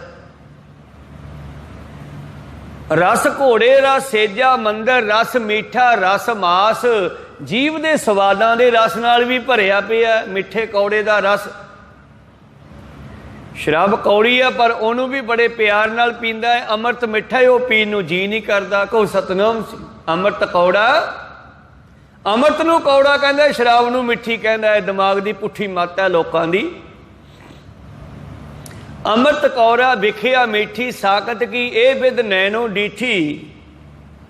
ਮੈਂ ਲੋਕਾਂ ਦੀਆਂ ਇਹ ਵਿਧੀਆਂ ਆਪਣੀਆਂ ਅੱਖਾਂ ਨਾਲ ਦੇਖ ਰਿਹਾ। ਰਸ ਘੋੜੇ, ਘੋੜਿਆਂ ਦੀ ਸਵਾਰੀ ਦਾ ਰਸ ਮਾਣਦਾ, ਮਹਿੰਗੀਆਂ ਗੱਡੀਆਂ ਦੀ ਸਵਾਰੀ ਦਾ ਰਸ ਮਾਣਦਾ। ਰੱਬ ਤਾਂ ਭੁੱਲਿਆ ਹੋਇਆ ਮਹਿੰਗੀ ਗੱਡੀ ਵਿੱਚ ਬੈਠ ਕੇ। ਕਹਿੰਦੇ ਇੱਕ ਵਾਰੀ ਭਗਤ ਰਵਿਦਾਸ ਜੀ ਨੂੰ ਕਿਸੇ ਨਗਰ ਨਿਵਾਸੀ ਨੇ ਬਰਾਤ ਜਾਣ ਵਾਸਤੇ ਕਿਹਾ ਵੀ ਸਾਡੇ ਨਾਲ ਬਰਾਤ ਚੱਲੋ। ਉਦੋਂ ਘੋੜੇ ਹੁੰਦੇ ਸੀਗੇ। ਉਹਨਾਂ ਦੇ ਲਈ ਇੱਕ ਚਿੱਟੀ ਪੁਸ਼ਾਕ ਤਿਆਰ ਕਰਾਤੀ ਤੇ ਇਹ ਘੋੜਾ ਦੇਤਾ, ਕਹਿੰਦੇ ਆ ਲਓ। ਕਹਿੰਦੇ ਜਦੋਂ ਭਗਤ ਰਵਿਦਾਸ ਜੀ ਤਿਆਰ ਪਰ ਤਿਆਰ ਹੋ ਕੇ ਘੋੜੇ ਕੋਲ ਪਹੁੰਚੇ ਚੜ੍ਹਨ ਵਾਸਤੇ, ਤੇ ਜਦੋਂ ਘੋੜੇ ਤੇ ਚੜ੍ਹ ਗਏ ਨਾ ਤੇ ਮਨ ਵਿੱਚ ਹੰਕਾਰ ਪ੍ਰਗਟ ਹੋ ਗਿਆ, ਕਿਉਂਕਿ ਉਹ ਤਾਂ ਬੜੇ ਗਿਰਵੀ ਨਿਮਰਤਾ ਵਿੱਚ ਰਹਿਣ ਵਾਲੇ ਮਨੁੱਖ ਸਨ। ਕਹਿੰਦੇ ਤੁਰੰਤ ਥੱਲੇ ਉੱਤਰ ਖੜੇ ਤੇ ਉਸ ਘਰ ਦੇ ਮਾਲਕ ਨੂੰ ਕਹਿੰਦੇ ਮਿੱਤਰਾ ਮੈਂ ਨਹੀਂ ਬਰਾਤ ਜਾਣਾ, ਆਪਣਾ ਘੋੜਾ ਵੀ ਸਾਂਭੋ ਤੇ ਆਪਣੀ ਪੁਸ਼ਾਕ ਵੀ ਸਮਝੋ। ਕਹੋ ਸਤਨਾਮ ਸ੍ਰੀ। ਜਿਸ ਤਰ੍ਹਾਂ ਪਾਤਸ਼ਾਹ ਦਾ ਬਚਨ ਹੈ ਕਿ ਇਹੋ ਜਿਹੇ ਵਸਤਰਾਂ ਦਾ ਪਹਿਨਣਾ ਵੀ ਧ੍ਰਿਗ ਹੈ, ਜਿਨ੍ਹਾਂ ਨੂੰ ਪਹਿਨਣ ਦੇ ਨਾਲ ਮਨੁੱਖ ਦੇ ਅੰਦਰ ਵਿਕਾਰ ਪੈਦਾ ਹੋ ਜਾਣ, ਤਨ ਪੀੜਿਆ ਜਾਵੇ। ਬਾਬਾ ਹੋਰ ਪਹਿਨਣ ਖੁਸ਼ੀ ਖੁਆਰ, ਜਿਤ ਪਹਿਦਾ ਤਨ ਪੀੜੀਏ ਮਨ ਮੈਂ ਚਲੇ ਵਿਕਾਰ। ਕਿਉਂਕਿ ਭਗਤਾਂ ਦਾ ਨਾਮ ਜਪਣ ਵਾਲਿਆਂ ਦੀ ਸੁਰਤ ਅੰਦਰ ਰਹਿੰਦੀ ਹੈ, ਆਪਣੇ ਮਨ ਦੇ ਉੱਤੇ ਉਹਨਾਂ ਦਾ ਪਹਿਰਾ ਹੁੰਦਾ, ਖਿਆਲ ਰੱਖਦੇ ਆ ਸਾਡਾ ਮਨ ਹੁਣ ਕੀ ਫੁਰਨਾ ਚੱਕਦਾ ਹੈ। ਤੇ ਜਦੋਂ ਹੀ ਮਨ ਨੇ ਥੋੜ੍ਹਾ ਜਿਹਾ ਉਛਾਲਾ ਮਾਰਿਆ, ਹੰਕਾਰ ਦਾ ਫੁਰਨਾ ਚੱਕਿਆ, ਭਗਤ ਜੀ ਤੁਰੰਤ ਥੱਲੇ ਉਤਰ ਗਏ ਘੋੜੇ ਤੋਂ ਤੇ ਘੋੜਾ ਤੇ ਪੁਸ਼ਾਕ ਉਸ ਬਰਾਤ ਦੇ ਮਾਲਕ ਨੂੰ ਫੜਾ ਕੇ, ਲੜਕੇ ਦੇ ਬਾਪ ਨੂੰ ਫੜਾ ਕੇ ਕਹਿੰਦੇ ਭਾਈ ਮੈਂ ਬਰਾਤ ਨਹੀਂ ਜਾਣਾ, ਤੁਸੀਂ ਆਪਣਾ ਸਮਾਨ ਸੰਭਾਲੋ। ਸੋ ਇਸ ਕਰਕੇ ਉਹ ਬਚਨ ਵੀ ਉਚਾਰਨ ਕੀਤਾ, ਬਾਬਾ ਹੋਰ ਖਾਣਾ ਖੁਸ਼ੀ ਖੁਆਰ, ਜਿਤ ਪਹਿਦੇ ਤਨ ਪੀੜੀਐ ਮਨ ਮੈਂ ਚਲੇ ਵਿਕਾਰ। ਬਾਬਾ ਹੋਰ ਪਹਿਨਣ ਖੁਸ਼ੀ ਖੁਆਰ, ਰੱਤਾ ਪਹਿਨਣ ਮਨ ਰੱਤਾ, ਸੁਪੇਦੀ ਸਤ ਦਾਨ, ਨੀਲੀ ਸਿਆਹੀ ਕਦਾ ਕਰਨੀ, ਪਹਿਰ ਨ ਪੈਰ ਧਿਆਨ। ਬਸ ਮੈਨੂੰ ਤਾਂ ਇਹੀ ਪਹਿਨਣਾ ਚੰਗਾ ਲੱਗਦਾ ਹੈ। ਬਾਬਾ ਹੋਰ ਪਹਿਨਣ ਖੁਸ਼ੀ ਖੁਆਰ, ਜਿਤ ਪਹਿਦੇ ਤਨ ਪੀੜੀਐ ਮਨ ਮੈਂ ਚਲੇ ਵਿਕਾਰ। ਧੰਨ ਗੁਰੂ ਨਾਨਕ ਦੇਵ ਜੀ ਕਹਿੰਦੇ ਭਲਿਆ ਮਾਨਸਾ ਤੈਨੂੰ ਰਸ ਕਿੱਥੋਂ ਆਵੇ। ਇਹ ਪੁੱਛ ਰਹੇ ਨਾ ਕਾਂਸ਼ੀ ਦੇ ਬ੍ਰਾਹਮਣ ਕਿ ਅਸੀਂ ਵੇਦ ਬਹੁਤ ਪੜ੍ਹਦੇ ਹਾਂ, ਸਾਨੂੰ ਕਦੇ ਰਸ ਹੀ ਨਹੀਂ ਆਇਆ, ਸਵਾਦ ਹੀ ਨਹੀਂ ਆਇਆ, ਆਨੰਦ ਹੀ ਨਹੀਂ ਆਇਆ, ਸ਼ਾਂਤੀ ਨਹੀਂ ਆਈ। ਕਹਿੰਦੇ ਆਵੇ ਕਿੱਥੋਂ, ਦਿਮਾਗ ਦੇ ਵਿੱਚ ਤਾਂ ਅਸਮਾਨ ਭਰੀ ਬੈਠਾ। ਜਿਸ ਤਰ੍ਹਾਂ ਇੱਕ ਭੌਰਾ ਇੱਕ ਭੂੰਡ ਨੂੰ, ਜੋ ਗੋਹੇ ਦਾ ਭੂੰਡ ਹੁੰਦਾ, ਉਹਨੂੰ ਲੈ ਗਿਆ ਨਾਲ, ਕਿਉਂਕਿ ਸ਼ਕਲ ਦੋਨਾਂ ਦੀ ਇੱਕੋ ਜਿਹੀ ਹੁੰਦੀ ਹੈ, ਉਹ ਵੀ ਕਾਲਾ ਹੁੰਦਾ, ਉਹ ਵੀ ਕਾਲਾ ਹੁੰਦਾ। ਜਿਵੇਂ ਮਨੁੱਖ ਦਾ ਗੁਰਮੁਖ ਵੀ ਉਹੋ ਜਿਹਾ ਤੇ ਮਨਮੁਖ ਵੀ ਬਾਹਰੋਂ ਉਹੋ ਜਿਹਾ, ਪਰ ਅੰਦਰੋਂ ਬਦਲਿਆ ਹੁੰਦਾ, ਫਰਕ ਹੁੰਦਾ। ਹੰਸ ਵੀ ਬਾਹਰੋਂ ਚਿੱਟਾ, ਬਗਲਾ ਵੀ ਬਾਹਰੋਂ ਚਿੱਟਾ, ਪਰ ਦੋਨਾਂ ਦੀ ਜ਼ਿੰਦਗੀ ਜਿਹੜੀ ਹੈ, ਜੀਵਨ ਜਿਹੜਾ, ਉਹ ਦੋਨਾਂ 'ਚ ਬੜਾ ਡਿਫਰੈਂਟ ਹੈ, ਬੜਾ ਫਰਕ ਹੈ। ਤੋ ਜਿਹੜਾ ਭੂੰਡ ਸੀਗਾ ਉਹ ਗੋਹੇ 'ਚ ਬੈਠਾ ਸੀ ਤੇ ਭੌਰੇ ਨੂੰ ਤਰਸ ਆ ਗਿਆ, ਜਿਵੇਂ ਗੁਰਮੁਖਾਂ ਨੂੰ ਸੰਤਾਂ ਨੂੰ ਸਾਡੇ ਤਰਸ ਆਉਂਦਾ, ਦਇਆ ਆਉਂਦੀ ਆ। ਉਹ ਤਰਸੇ ਕਰਕੇ ਉਹਨੂੰ ਕਹਿੰਦਾ ਭਾਈ ਸਾਹਿਬ ਇੱਥੇ ਕਿੱਥੇ ਤੂੰ ਗੋਹੇ 'ਚ ਗੰਦ 'ਚ ਬੈਠਾ, ਚੱਲ ਤੈਨੂੰ ਸਵਰਗਾਂ 'ਚ ਲੈ ਕੇ ਚੱਲਾਂ। ਉਹ ਕਹਿੰਦਾ ਸਵਰਗ ਕਿੱਥੇ ਹੈ, ਮੈਨੂੰ ਤਾਂ ਇੱਥੇ ਠੀਕ ਲੱਗਦਾ। ਕਹਿੰਦੇ ਨਹੀਂ ਨਹੀਂ ਇਹ ਤਾਂ ਗੰਦ ਹੈ, ਚੱਲ ਮੈਂ ਤੈਨੂੰ ਸਵਰਗ ਦਿਖਾਵਾਂ। ਨਾਲ ਉੱਡ ਪਿਆ ਉਹਦੇ। ਉਡਾ ਕਰਕੇ ਭੌਰਾ ਭੂੰਡ ਨੂੰ ਬਾਗ ਵਿੱਚ ਲੈ ਗਿਆ, ਇੱਕ ਗੁਲਾਬ ਦੇ ਫੁੱਲ ਤੇ ਬਿਠਾਤਾ, ਕਹਿੰਦਾ ਵੇਖ ਕਿੱਡੀ ਸੋਹਣੀ ਸੁਗੰਧੀ ਆ ਰਹੀ ਹੈ। ਹੁਣ ਭੂਣ ਜਦ ਗੁਲਾਬ ਦੇ ਫੁੱਲ ਤੇ ਬੈਠ ਕੇ ਸੁੰਘਣ ਲੱਗੇ ਆ, ਉਹਨੂੰ ਉਹੀ ਗੋਹੇ ਦੀ ਬਦਬੂ ਆਵੇ। ਕਹਿੰਦਾ ਨਹੀਂ ਯਾਰ ਉਹੇ ਜੀ ਹੈ ਜਿਹੋ ਜੀ ਉੱਥੇ ਸੀ। ਕਹਿੰਦਾ ਨਹੀਂ ਯਾਰ ਬਹੁਤ ਡਿਫਰੈਂਟ ਹੈ, ਬਹੁਤ ਫਰਕ ਹੈ। ਹੁਣ ਤਾਂ ਬ੍ਰਹਮ ਗਿਆਨੀ ਜਾਣਦੇ ਆ ਨਾ, ਆਪਾਂ ਤਾਂ ਸਾਰਾ ਕੁਝ ਇੱਕੋ ਜਿਹਾ ਹੀ ਲੱਗਦਾ।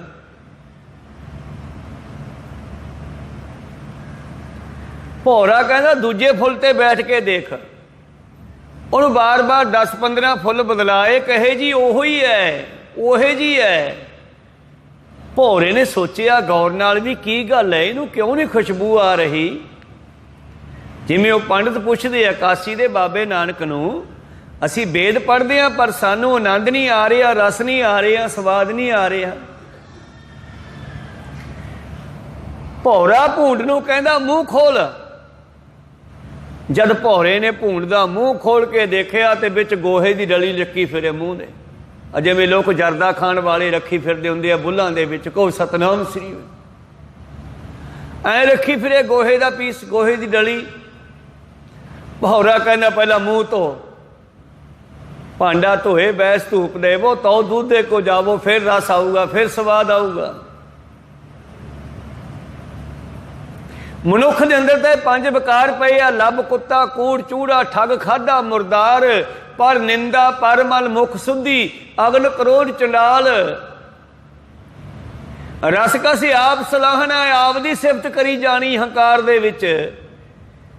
ਇਹ ਤਾਂ ਮਨੁੱਖ ਦੇ ਕੰਮ ਹੈ, ਤੇ ਰਸ ਕਿੱਥੋਂ ਆਵੇ? ਭੂਣ ਦੀ ਨਿਆਈ। ਫਿਰ ਇਹਦਾ ਮੂੰਹ ਪਹਿਲਾਂ ਸਾਫ਼ ਕਰਨਾ ਪੈਣਾ। ਕਹੋ ਸਤਨਾਮ ਸੀ। ਬਾਬਾ ਜੀ ਕਹਿੰਦੇ ਪੰਡਤੋ ਜੇ ਗਿਆਨ ਲੈਣਾ ਮੇਥੋਂ ਤਾਂ ਤੁਹਾਨੂੰ ਆਹ ਕੰਮ ਛੱਡਣੇ ਪੈਣਗੇ, ਫੇਰ ਸਵਾਦ ਆਊਗਾ ਮੇਰੀ ਗੱਲ ਦਾ,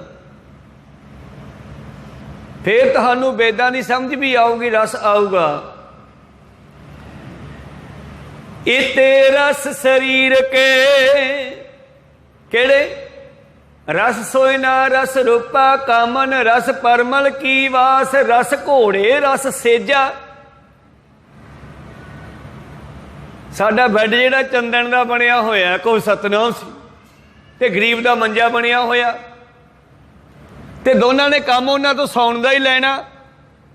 ਸ਼ਾਇਦ ਗਰੀਬ ਨੂੰ ਨੀਂਦ ਆ ਜਾਵੇ, ਉਸ ਅਮੀਰ ਨੂੰ ਚੰਦਨ ਦੇ ਬੈੱਡ ਤੇ ਏਸੀ ਰੂਮ ਦੇ ਵਿੱਚ ਵੀ ਚਿੰਤਾ ਕਰਕੇ ਨੀਂਦ ਨਾ ਆਵੇ। ਕਹੋ ਸਤਨਾਮ ਸ੍ਰੀ।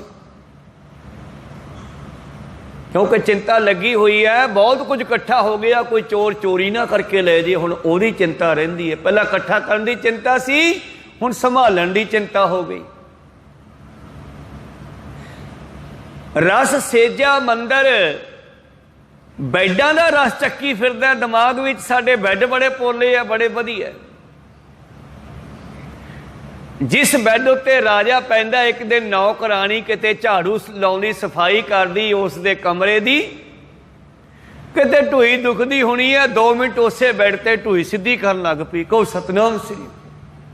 ਲੰਬੀ ਪੈ ਗਈ। ਪਤਾ ਲੱਗਿਆ, ਰਾਣੀਆਂ ਨੂੰ, ਰਾਜੇ ਨੂੰ ਦੱਸਿਆ। ਰਾਜੇ ਸਜ਼ਾ ਸ਼ੁਰੂ ਕਰਤੀ, ਕਹਿੰਦੇ ਲਿਆਓ ਛਾਂਟੇ, ਇਹਦੇ ਛਾਂਟੇ ਲਾਓ 5-7। ਉਹਨੇ ਛਾਂਟੇ ਮਾਰਨੇ ਸ਼ੁਰੂ ਕੀਤੇ। ਪਹਿਲਾਂ ਤਾਂ ਰੋਈ, ਪਰ ਫਿਰ ਪਤਾ ਨਹੀਂ ਕਿਉਂ ਹੱਸਣ ਲੱਗ ਪਈ। ਦੁਨੀਆ ਕਹੇ ਕਮਲੀ ਆ। ਰਾਜਾ ਕਹਿੰਦਾ ਰੋਈ ਤਾਂ ਠੀਕ ਹੈ, ਛਾਂਟੇ ਵੱਜੇ ਆ, ਹੱਸਦੀ ਕਿਉਂ ਹੈ? ਕਹਿੰਦੀ ਰਾਜਾ ਜਦ ਹੱਸਦੀ ਤਾਂ ਮੈਂ ਇਸ ਕਰਕੇ ਆ ਵੀ ਮੈਂ 5-7 ਮਿੰਟ ਇਸ ਬੈੱਡ ਤੇ ਪਈ ਆ ਤੇ ਮੇਰੇ ਇੰਨੇ ਛਾਂਟੇ ਵੱਜੇ, ਤੇ ਤੂੰ ਰੋਜ਼ ਇਸ ਤੇ ਸੌਣਾ, ਤੇਰੇ ਕਿੰਨੇ ਪੈਣਗੇ ਕੱਲ ਨੂੰ? ਕਹੋ ਸਤਨਾਮ ਸ੍ਰੀ। ਗੱਲ ਗਿਆਨ ਦੀ ਆ। ਰਸ ਘੋੜੇ ਰਸ ਸੇਜਾ ਮੰਦਰ, ਰਸ ਮੀਠਾ ਰਸ ਮਾਸ। ਉਹ ਜੀਵ ਦੇ ਸਵਾਦਾਂ ਵਿੱਚ ਕੌੜੇ ਮਿੱਠੇ ਰਸ ਵੇਖਦਾ, ਮਾਸ ਖਾਣਾ, ਸ਼ਰਾਬਾਂ ਪੀਣਾ। ਅੰਮ੍ਰਿਤ ਕੌੜਾ ਵਿਖਿਆ ਮੀਠੀ, ਨਾਮ ਨੂੰ ਅੰਮ੍ਰਿਤ ਨੂੰ ਜ਼ਹਿਰ, ਮਿੱਠਾ ਕੌੜਾ ਕਹਿਣਾ, ਜ਼ਹਿਰ ਨੂੰ ਮਿੱਠਾ ਕਹਿਣਾ, ਸ਼ਰਾਬ ਨੂੰ ਮਿੱਠੀ ਕਹਿਣਾ। ਫੇਰ ਹੀ ਪੀਂਦੇ ਆ ਨਾ, ਨਾਲੇ ਪੀ ਜਾਂਦੇ ਆ, ਨੱਕ ਜਾ ਮਾਰੀ ਜਾਂਦੇ ਆ ਕੌੜੀ ਕਰਕੇ। ਕਹੋ ਫੇਰ ਭਰ ਕੇ ਗਲਾਸ ਪੀ ਲੈਂਦੇ ਆ। ਕਹੋ ਸਤਨਾਮ ਸ੍ਰੀ। ਕਬੀਰ ਸਾਹਿਬ ਜੀ ਕਹਿੰਦੇ ਕਿੱਡੇ ਮੂਰਖ ਆ, ਇਹਨਾਂ ਦੀ ਮੈਂ ਜੁਗਤੀ ਵੇਖਦਾ, ਇਹਨਾਂ ਨੂੰ ਚੰਗਾ ਮਾੜਾ ਲੱਗਦਾ ਤੇ ਮਾੜਾ ਚੰਗਾ ਲੱਗਦਾ। ਇਹਨਾਂ ਦੀ ਮਤ ਪੁੱਠੀ ਹੈ। गाड़ी को चलती कहे, चलती को गाड़ी। ਚੱਕੀ ਜੋ ਇੱਕ ਥਾਂ ਤੇ ਪਈ ਆ ਉਹਨੂੰ ਚੱਕੀ ਕਹਿੰਦੇ ਆ, ਚੱਲਦੀ ਹੈ। ਤੇ ਜਿਹੜੀ ਗੱਡੀ ਦਿੱਲੀੋਂ ਦੱਖਣ ਤੋਂ ਚੱਲ ਕੇ ਬਠਿੰਡੇ ਪਹੁੰਚਦੀ ਆ, ਲਾਹੌਰ ਪਹੁੰਚਦੀ ਆ, ਉਹਨੂੰ ਕਹਿੰਦੇ ਗੱਡੀ ਆ, ਵੀ ਗੱਡੀ ਪਈ ਆ। ਉਹ ਗੱਡੀ ਉਹਦੇ ਕੋਲ ਭੱਜੀ ਜਾਂਦੀ ਆ, ਗੱਡੀ ਭੱਜੀ ਜਾਂਦੀ ਆ, ਉਹਨੂੰ ਕਹਿੰਦੇ ਗੱਡੀ ਆ। ਚੱਕੀ ਇੱਕ ਥਾਂ ਤੇ ਖੜੀ ਘੁੰਮੀ ਜਾਂਦੀ ਆ, ਉਹਨੂੰ ਕਹਿੰਦੇ ਚੱਲਦੀ ਆ। ਕਹੋ ਸਤਿਨਾਮ ਸ੍ਰੀ। ਪੁੱਠੀ ਮੱਤ ਇਹਨਾਂ ਲੋਕਾਂ ਦੀ। ਰਸ ਮੀਠਾ ਰਸ ਮਾਸ ਏਤੇ ਰਸ ਸਰੀਰ ਕੇ, ਕਹਿ ਘਟ ਨਾਮ ਨਿਵਾਸ ਭਲਿਓ। ਮੈਂ ਇਹ ਆਪਣਾ ਉਪਦੇਸ਼ ਕਿੱਥੇ ਰੱਖਾਂ ਬ੍ਰਾਹਮਣੋ? ਤੁਹਾਡੇ ਹਿਰਦੇ ਵਿੱਚ ਨਾਮ ਦਾ ਰਸ ਮੈਂ ਕਿੱਥੇ ਰੱਖਾਂ? ਇਹਨੂੰ ਖਾਲੀ ਕਰੋ ਪਹਿਲਾਂ। ਵਸਤੂ ਅੰਦਰ ਵਸਤ ਸਮਾਵੈ, ਦੂਜੀ ਹੋਵੇ ਪਾਸ।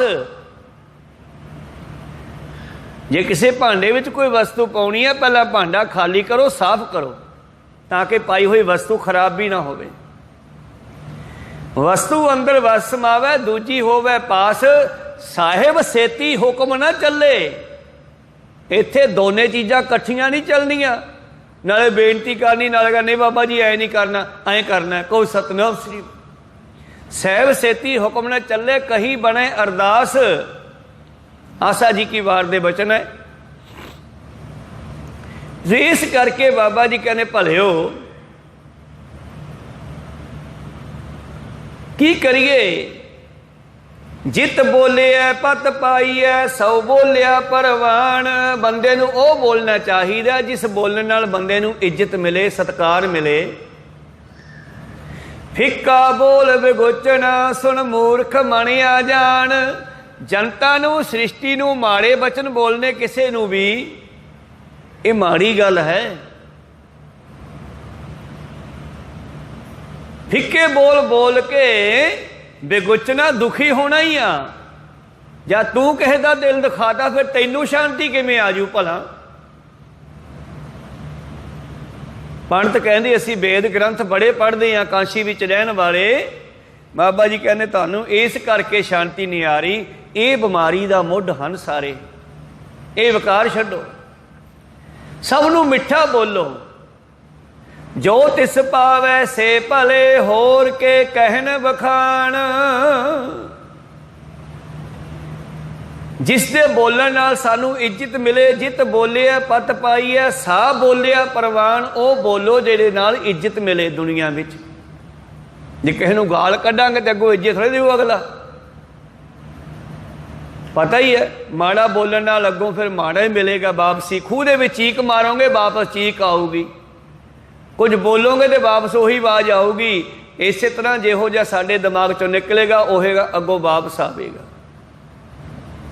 ਅਕਬਰ ਦੇ ਸਮੇਂ ਦੀ ਗੱਲ ਹੈ। ਕਹਿੰਦੇ ਇੱਕ ਸੇਠ ਕੋਲੇ, ਦੁਕਾਨਦਾਰ ਕੋਲੇ ਬਹੁਤ ਸਾਰਾ ਚੰਦਨ ਬਣਿਆ ਬਚਿਆ ਪਿਆ, ਲੱਕੜਾਂ ਚੰਦਨ ਦੀਆਂ ਵਿਕ ਨਹੀਂ ਰਹੀਆਂ। ਉਹਦੇ ਦਿਮਾਗ ਵਿੱਚ ਕਦੇ ਕਦੇ ਫੁਰਨਾ ਆਉਂਦਾ ਹੈ, ਜਾਂ ਜੇ ਕਿਤੇ ਰਾਜਾ ਮਰ ਜੇ ਨਾ ਤੇ ਮੇਰਾ ਚੰਦਨ ਸਾਰਾ ਵਿਕ ਜੇ। ਉਹਦੇ ਵਾਸਤੇ ਫਿਰ ਚੰਦਨ ਲੋਕ ਲੈਣਗੇ ਸੰਸਕਾਰ ਕਰਨ ਵਾਸਤੇ। ਉਹਦੀ ਦੁਕਾਨ ਚੌਂਟੇ 'ਚ ਹੈ, ਦੂਜੀਆਂ ਦੁਕਾਨਾਂ ਥੋੜ੍ਹੀ ਗਾਹਾਂ ਵਧੀ ਹੋਈ ਹੈ। ਤੇ ਰਾਜਾ ਉੱਥੋਂ ਲੰਘਣ ਲੱਗਿਆ, ਵਜ਼ੀਰ ਨੂੰ ਕਹਿੰਦਾ ਬੀਰਬਲ, ਹਾਂ ਮਹਾਰਾਜ ਇਹ ਦੁਕਾਨ ਕਿਹਦੀ ਆ? ਕਹਿੰਦੀ ਫਲਾਣੇ ਸੇਠ ਦੀ ਹੈ। ਕਹਿੰਦੇ ਗਾਹਾਂ ਵਧਾ ਕੇ ਬਣਾਈ ਆ, ਇਹਨੂੰ ਢਵਾ ਇੱਥੋਂ ਦੁਕਾਨ ਨੂੰ, ਸਾਰੇ ਬਾਜ਼ਾਰ ਨੂੰ ਖਰਾਬ ਕਰਦੀ ਆ, ਲੋਕਾਂ ਨੂੰ ਦੁੱਖ ਦਿੰਦੀ ਆ। ਕਹਿੰਦਾ ਜੀ ਠੀਕ ਆ। ਦੂਜੇ ਦਿਨ ਬੀਰਬਲ ਕਹਿੰਦੇ ਉਹਦੇ ਕੋਲ ਗਿਆ। ਕਹਿੰਦੇ ਭਲਿਆ ਮਾਨਸਾ, ਤੂੰ ਰਾਜਾ ਸਾਹਿਬ ਦੇ ਬਾਰੇ ਕੋਈ ਸੋਚਦਾ ਹੈ? ਡਰ ਗਿਆ ਪਹਿਲਾਂ ਤਾਂ, ਯਾਰ ਮੈਂ ਸੋਚਦਾ ਸੀ, ਇਹਨਾਂ ਨੂੰ ਕਿਹਨੇ ਦੱਸਤਾ? ਕਹਿੰਦੇ ਸੋਚਦਾ ਤੂੰ ਕੋਈ ਦੱਸ ਦੇ, ਗਲਤ ਸੋਚਦਾ ਰਾਜੇ ਬਾਰੇ। ਕਹਿੰਦਾ ਜੀ ਸੋਚਦਾ ਤਾਂ ਸੀਗਾ। ਕਹਿੰਦੇ ਕੀ ਸੋਚਦਾ ਸੀਗਾ? ਕਹਿੰਦਾ ਮੈਂ ਸੋਚਦਾ ਸੀ ਚੰਦਨ ਬਚਿਆ ਪਿਆ, ਲੱਕੜਾਂ ਤੇ ਪਈਆਂ ਤੇ ਵਿਕਦੀਆਂ ਨਹੀਂ, ਜੇ ਕਿਤੇ ਰਾਜਾ ਮਰ ਜੀ ਉਸੇ ਤੇ ਪੈ ਜਾਣ, ਮੇਰੇ ਪੈਸੇ ਵੱਟੇ ਜਾਣ। ਕਹਿੰਦੇ ਤੇਰੀ ਇਸੇ ਫੁਰਨੇ ਨੇ ਰਾਜੇ ਦਾ ਦਿਮਾਗ ਖਰਾਬ ਕਰਤਾ। ਰਾਜਾ ਕਹਿੰਦਾ ਇਹ ਦੁਕਾਨ ਬਚਾ ਲਈ ਆ, ਗਲੀ 'ਚ ਗਾਂ ਵਧਾ ਕੇ ਬਣਾਈ ਹੈ, ਢਵਾਓ ਇਸ ਨੂੰ। ਹੁਣ ਦੱਸ ਕੀ ਇਰਾਦਾ ਤੇਰਾ, ਢਵਾ ਦਈਏ? ਕਹਿੰਦਾ ਨਹੀਂ ਮਹਾਰਾਜ ਦੁਕਾਨ ਤਾਂ ਨਹੀਂ ਢਾਉਣੀ। ਕਹਿੰਦੇ ਚੰਗਾ ਦਿਮਾਗ 'ਚੋਂ ਫੁਰਨਾ ਇਹ ਕੱਢ ਦੇ, ਬਈ ਰਾਜਾ ਮਰੂਗਾ ਤੇ ਮੇਰੀਆਂ ਚੰਦਨ ਦੀਆਂ ਲੱਕੜਾਂ ਵਿਕ ਜਾਣਗੀਆਂ। ਕਹਿਣ ਲੱਗਿਆ ਜੀ ਠੀਕ ਆ। ਪਰ ਕਾ ਬੁਰਾ ਨਾ ਰਾਖੋ ਚੀਤ। ਕਸੌਟੀ ਵੀ ਦੇਖ ਲਓ ਬਾਣੀ ਦੀ। पर का बुरा ना राखो चीत, तुमको दुख नहीं पाई मीत। तुसी किसी का बुरा ना सोचो, तुहाडा कदे बुरा नहीं होवेगा। उस वेले दिमाग सीधा हो गया वो दुकानदार का। कोई दिनों बाद राजा फिर टपिया, कहंदा दुकान ढवाई नहीं बीरबल। कहने जी ढवा दें। कहं चल हुण रहन दे, वैसे दूरों पता लगता दुकान सोहनी लगती है, पता लगता भी फलाना सोहनी दुकान है बाजार च, चल नैन दे ढवाउण नूं। दोने पासे फुरनियां दा ही लैण देन है। पातशाह जी कहते जित बोलिया पत पाईया, सा बोलिया परवान, फिक्का बोल बिगुचना सुन मूर्ख मन अनजान। जो तिस भावै से भले होर के कहन बखान। जिहड़े परमेश्वर नूं भावे ओह चंगे है, होर ज्यादा क्या कहीए तुहानूं भाई। तिन मत तिन पत तिन तन पल्ले, जिन हिरदै रहा समाए ओह ही सियाणे है। उन्हां दी ही इज्जत रहिंदी आ। तिन मत वो सियाणे है, तिन पत उन्हां दी इज्जत रहिंदी आ। तिन धन पल्ले, उन्हां दे हिरदे विच सारियां दातां भी आ जांदियां, रब भी आ जांदा। जिन हिरदै रहा समाए, तिनका क्या सालाहना, अवर सवालियो काए। उन्हां दा क्या सलाई है, जिहड़े रब नाल इकमिक हो चुके हो तां रब ही हो गए। वो बहुत सुंदर हन। नानक नजरी बाहरे, राचै दान न नाए। जिहड़े परमेश्वर की निगाह तो पासे हन, वो परमेश्वर नाल नहीं जुड़ते, ते उन्हां नूं नाम की दात जिहड़ी है प्राप्त नहीं हो सकती। इस करके सतगुरु पातशाह जी कहते भलिओ, पंडितां नूं ज्ञान दिंदे होए कहते भले मानसो, तुसी जिहड़ा है अपनी बुद्धि दे विचों इह विकारां नूं कढो। जिहड़े प्रभु दे नाम विच रंगे होए हन, वो आनंद माणदे हन। उन्हां दी क्या सिफत सलाह करिए, ते जिहड़े उस दे नाम नाल नहीं जुड़दे, नाम नहीं जपदे, वो उस दे नाम दा रस नहीं लै सकदे। इस करके अपने दिमाग चों इन्हां विकारां नूं कढ दो, तुहानूं वेदां दी बाणी दा रस भी आउण लग जू, स्वाद भी आउण लग जू। परथाए साखी महापुरख बोलदे, सांझी सगल जहाने। इस श्री राग दे पवित्र शब्द दी विचार जो अंग 15 उपर सुभाएमान है। अगले शब्द के विचार कल के दीवाना में सरवण करांगे। बोलदियां नेका अखर बाद काट हो जाते। सिख संगतां दे सतगुरु बख्शण योग है, बख्श लेना जी। समाप्ति करिए। मिलाओ फतेह पाओ फतेह। वाहिगुरु जी का खालसा, वाहिगुरु जी की फतेह।